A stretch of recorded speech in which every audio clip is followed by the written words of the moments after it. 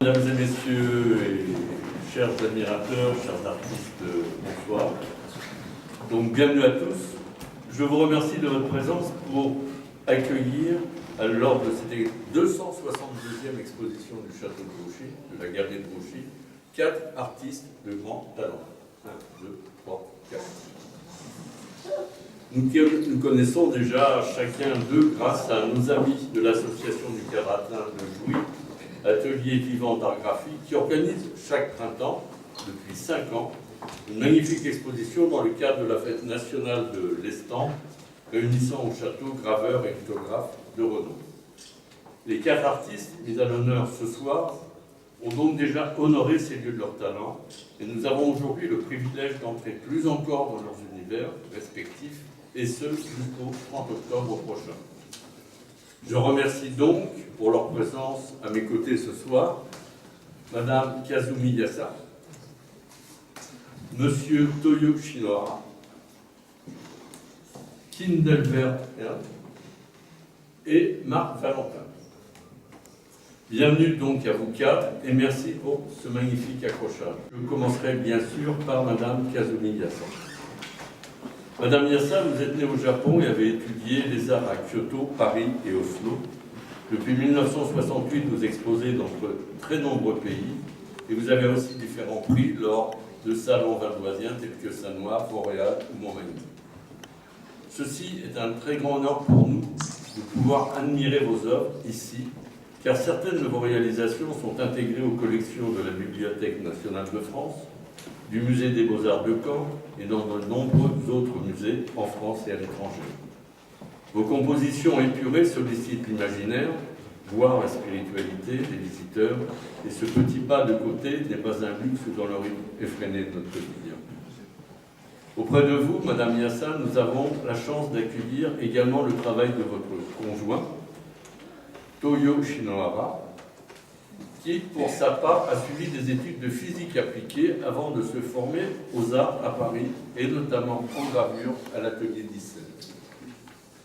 Monsieur Shinohara, au-delà de vos nombreuses expositions et des salons prestigieux qui accueillent vos œuvres, comme le Salon d'automne, vous êtes vu décerner de nombreuses récompenses en France et à l'étranger, comme le 2e Grand Prix de peinture internationale de Deauville, la médaille d'argent au Prix d'Europe d'Ostende en Belgique, ou encore le prix du mini-print international aux États-Unis. Autant de marques de reconnaissance qui attestent de la qualité de vos productions artistiques, une véritable immersion dans un imaginaire poétique tout en profondeur et en jeu de perspective. Autres artistes et autres univers culturels, qu'ils deviennent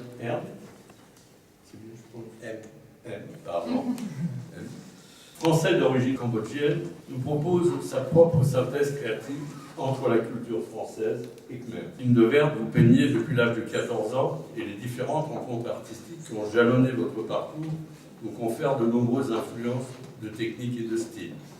Vous exposez depuis 1995 à Paris, en région parisienne, des compositions qui sont une ode à la vie végétale et animale, gorgée de fraîcheur, de règles et de mouvement. On retrouve votre harmonie intérieure à l'expression du bonheur, de l'équilibre entre votre passé cambodgien et votre vie française d'aujourd'hui. Enfin, Marc Valentin, dessinateur autodidacte. Vous êtes passé par l'atelier 63 à Paris pour apprendre la gravure et vous êtes spécialisé dans les techniques sèches pour finir par pratiquer de façon exclusive le burin sur cuivre ou sur acier. Sociétaire de la Fondation Taylor, vous participez à de nombreuses expositions et vous avez reçu de grandes distinctions, telles que le prix ADAGP, on dit ADAGP peut-être. D'accord. Gravure, le prix Harry Schefferet de l'Académie des Beaux-Arts ou encore le prix Paul Bonan de la Fondation Taylor. Votre travail de patience et de précision au burin rappelle les graveurs allemands de la Renaissance.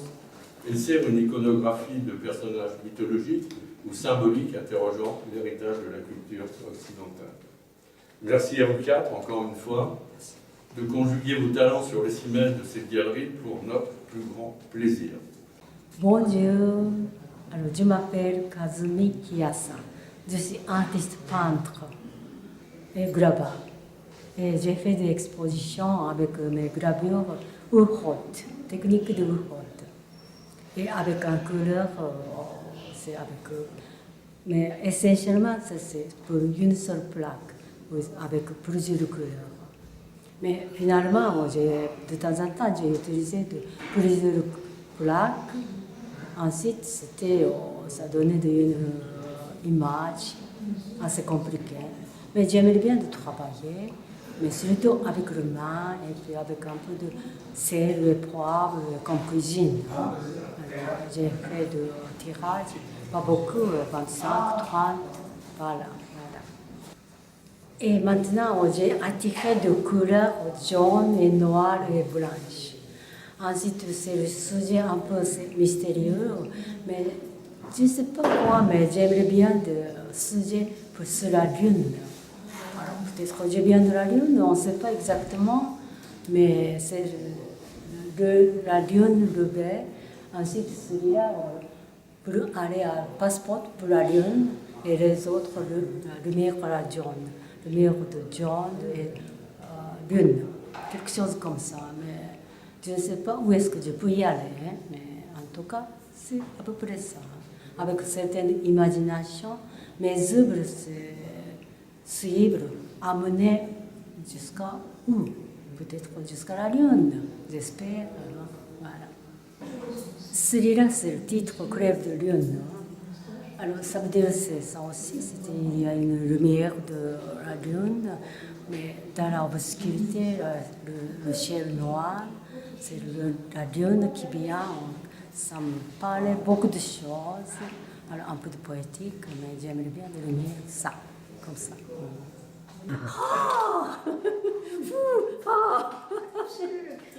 Parce que je suis tout à fait timide. Alors.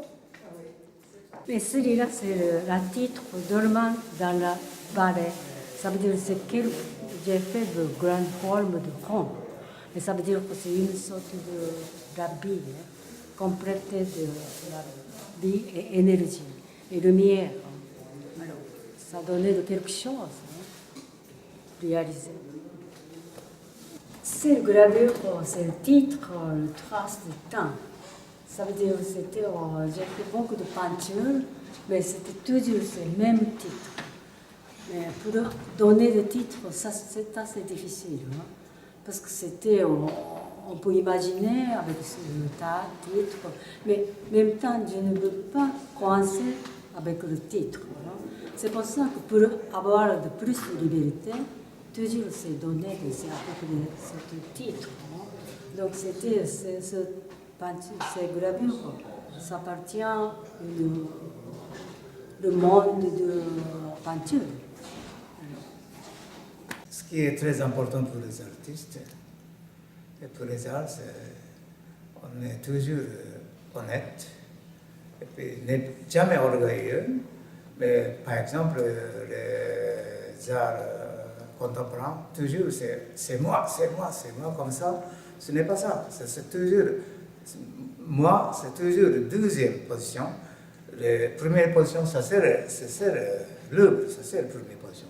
On demande toujours l'œuvre. C'est moi qui fais seulement le travail. Mais ça veut dire, Matisse et Picasso aussi, ils ont raconté. Ça veut dire, ils ont dit, Dieu fait maximum. Après, j'attends quelque chose. Quand je travaille, je pense toujours, je contacte avec les œuvres. Ça veut dire, quand je peins par exemple, il n'y a pas d'image d'abord. Quand je peins, par exemple, ce parti-là, ça me donne les autres parties, il va donner à mon âme. À cause de ça, je suis son intention. Mais après, je continue le travail comme ça. Toujours, artiste, c'est la deuxième position. Celui-ci, ça c'est la première position. C'est la façon de mon travail. En même temps. En même là. temps, En même ça temps, s'arrête en tout le même monde. temps, quoi. Ouais, ça c'est difficile, c'est déjà 5 en même temps. Je m'appelle Marc Valentin, je suis buriniste. Je travaille donc sur du cuivre ou sur de l'acier, avec un petit outil qui s'appelle un burin, mais ce n'est pas un burin comme celui des maçons, on n'emploie pas de marteau avec. On tient le burin dans la main et on pousse, on fait un copeau chaque fois qu'on fait un trait. Donc le résultat, ça donne ça, ce qu'on appelle de la taille douce, donc de l'impression en creux. On travaille la plaque en creux et tout ce qui est creusé garde l'encre. Une fois qu'on a ancré la plaque et qu'on l'a bien essuyée pour qu'il n'y ait plus d'encre sur les hauteurs, disons, on la passe sous presse et on obtient donc ce résultat-là. Au niveau de l'inspiration, en général, je ne sais pas trop quand je commence une plaque ce que je vais faire. Donc je pars un petit peu au hasard. Les images commencent à se former, il y a une espèce d'automatisme dans le maniement du burin. Je laisse aller l'automatisme, et puis quand les images commencent à apparaître, soit je m'arrête, je regarde, et comment dire, peux même faire un petit dessin préparatoire léger pour continuer ce que je vois dans l'ébauche. Et puis je continue et les images s'enchaînent, se modifient ou évoluent. On voit par exemple ici, à la place de l'œil, c'est un oiseau qui apparaît. Bon, mais ça apparaît petit à petit sur la plaque. C'est pas tellement ma volonté qui intervient. Je laisse aller le hasard. Et puis je pense aussi qu'une fois que l'œuvre est terminée, les gens qui regardent, ce que j'ai fait, c'est seulement un support à leur imaginaire et ils y mettent ce qu'ils veulent y voir. Donc la différence, en fait, c'est que sur acier, celles-là sont sur acier, c'est 3, celles-là sur cuivre, c'est que, bon, le métal n'étant pas le même, l'acier est plus dur que le cuivre, ça permet d'avoir des finesses qui perdurent tout au cours du tirage, parce que si vous voulez, la presse quand même exerce une pression de plusieurs tonnes sur la plaque, donc les finesses sur le cuivre étant plus malléable que l'acier, finissent par disparaître au bout de quelques tirages, alors que sur l'acier, ça demeure. Voilà. Autrement, au niveau du travail, l'acier c'est un peu plus difficile à travailler que le cuivre, mais bon, c'est essentiellement à peu près la même chose. On a deux visages imbriqués l'un dans l'autre, au niveau du nez, des lèvres, et puis au niveau des fronts, entre les deux visages, les profils donnent le contour d'un oiseau. Et si on regarde bien, il y a énormément d'oiseaux un peu partout d'ailleurs. Ici, vous avez sous la base du crâne qui se dessine un masque avec une collerette, ce qu'on peut supposer comme l'épaule et le début du bras, et ici peut-être même un morceau de main. Voilà, donc là les images s'imbriquent les unes dans les autres. Au niveau de cette image, on a l'imbrication de plusieurs éléments. On a un bras ici, qui peut vaguement faire penser à celui de la Joconde d'ailleurs, à la main. De l'autre côté, on a une patte d'animal. Là, on a donc une croupe, le squelette qui continue. Et le visage ici, si on regarde bien, le contour du visage sert de forme qui donne naissance à un oiseau dessous. Donc là, on a de l'humain, de l'animal mélangé et l'image se construit petit à petit, et évolue, se transforme. Là, on a même une patte écorchée de félin, on va dire. Voilà, et là, donc, le regard, on a toujours des regards.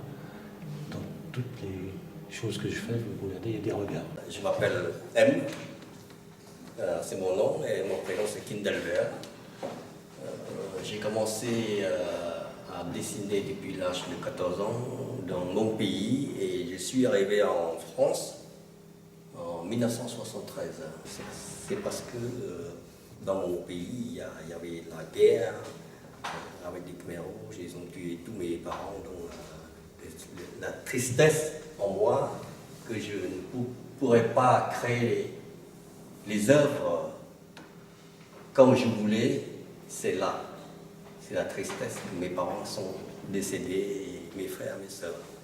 Je ne pourrais plus continuer mes études parce que j'ai plus de ressources de la part de mes parents.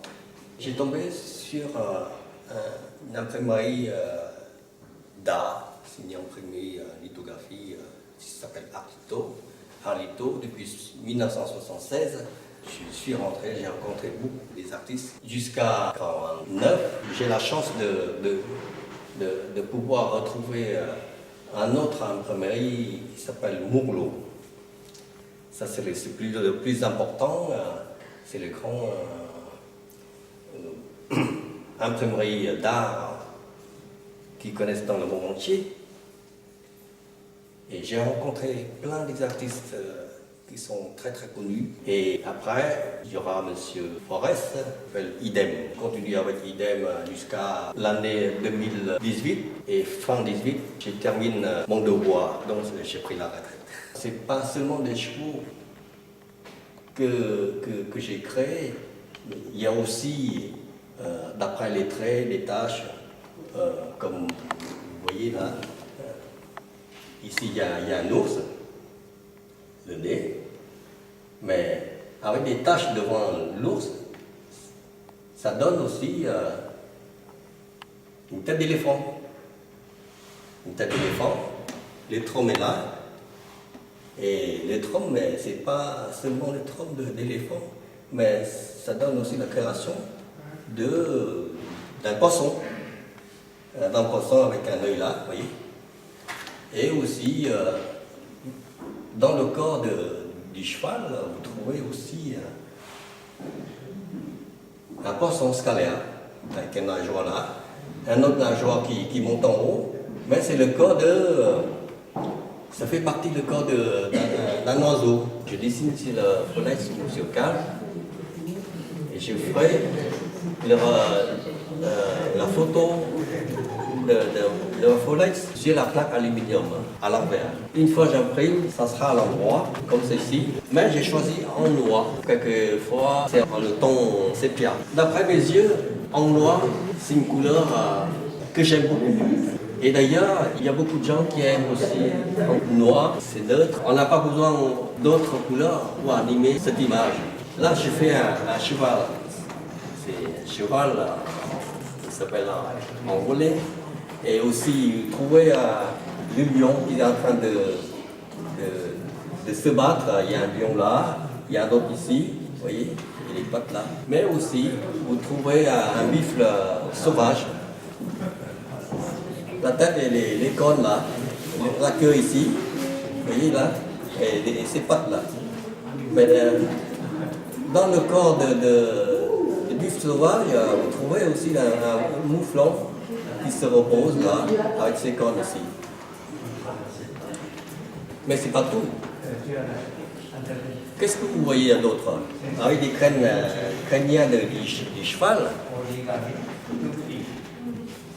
vous trouverez aussi la tête du loup. Vous voyez la tête de loup, il y a l'œil, le museau, l'oreille et le haut du loup.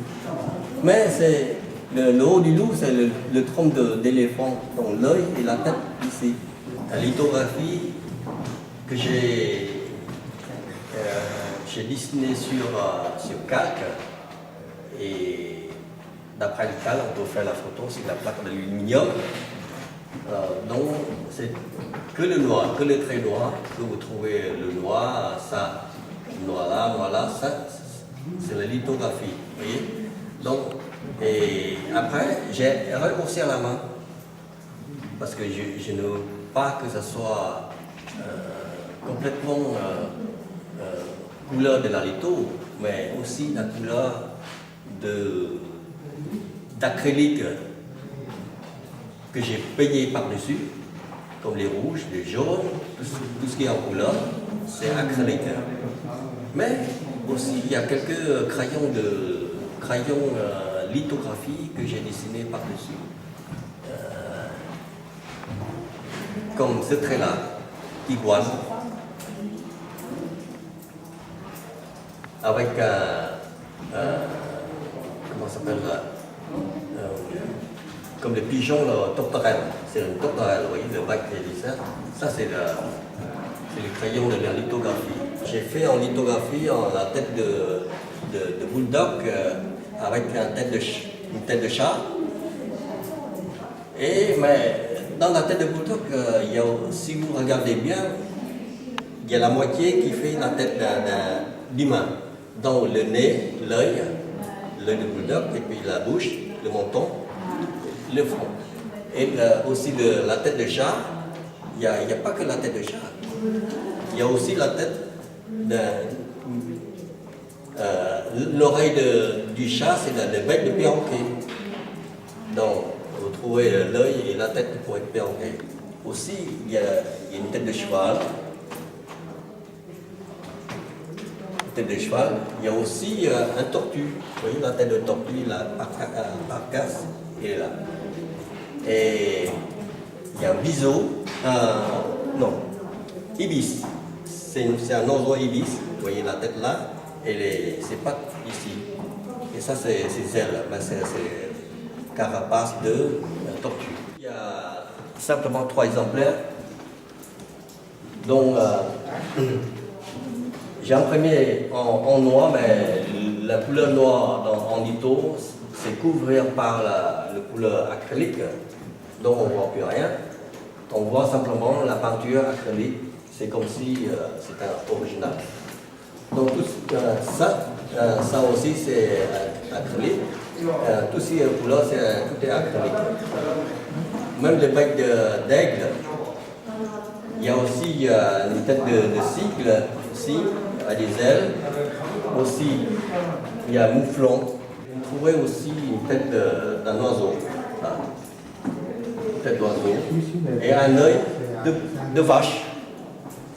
Avec un museau ici, et puis le cou est là. Museau de vache. Voilà. Et avec des cornes. Mais, tout ça, vous regardez bien. La couleur de rouge, jaune, c'est le fleur de tulipe. C'est la tulipe qui est dans le ventre d'une femme. Mais c'est une fœtus. C'est un tableau que j'ai dessiné sur pierre. Et sur cette pierre, sans décaler, je travaille une couleur avec un dessin. Deuxième couleur, deuxième passage. Troisième, quatrième, cinquième, sixième et septième passage sur la même pierre, sans décaler. C'est un travail très patient. Il faut toujours enlever tout ce qui est ancien, puis retravailler en dessin de nouveau. J'ai dessiné ce cal à l'endroit, mais quand je fais la photo sur plaque, je suis face à l'envers. Et pour pouvoir que une fois que j'imprime, que ça sorte à l'endroit. Et là, j'imprime le couleur en noir et je rehausse avec acrylique. Vous trouverez les flamants. Vous voyez là, un flamant là, un flamant rose. Il y a 2 femmes, une ici et une autre là, qui couche là avec des jambes là, vous voyez. C'est pour ça qu'elle s'appelle femme flamant rose. Aussi, il y a une autre tête, une tête d'oiseau. On peut dire que c'est une tête de coq ou une autre tête d'oiseau. Et aussi, il y a 2 iguanes. Une là et un autre là.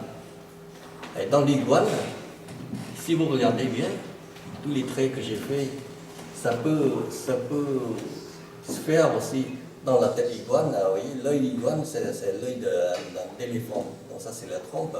Et ça, c'est la tête, et ça, c'est la queue d'éléphant. Derrière la tête d'éléphant, il y a un bec. Oui, il y a un bec, mais c'est la tête de mouette. J'ai dessiné sur pierre, tout est en noir. J'ai repoussé à la main avec tout est en couleur. Vous voyez, dans les couleurs jaune, orange, un peu rouge. Tout ça, c'est en couleur acrylique. Et dans le dessin, vous trouverez 2 visages Donc, ça c'est une femme là, une autre ici. Une lèvre, les lèvres, les yeux d'un autre. Et ça c'est le nez d'une autre femme. Mais si vous fouillez bien, donc, vous trouverez un aigle. Donc, ça c'est elle, les ailes de l'aigle, avec un bec ici, la tête là, l'œil. Mais aussi, vous trouverez aussi la tête de girafe. Donc, sur le front de la femme, il y a les poids de girafe avec des museaux ici. Tout ce que j'ai créé, tout est là. Peut-être, vous avez une autre vision. Vous pouvez découvrir jour après jour dans notre dessin. C'est le but que je voulais montrer aux gens, que toute l'image que j'ai créée, c'est seulement où il y a les humains, les animaux, les oiseaux, les insectes par exemple, ils sont tous là ensemble. C'est pour exprimer ce que j'ai dans ma tête. Nous, on pouvait vivre ensemble.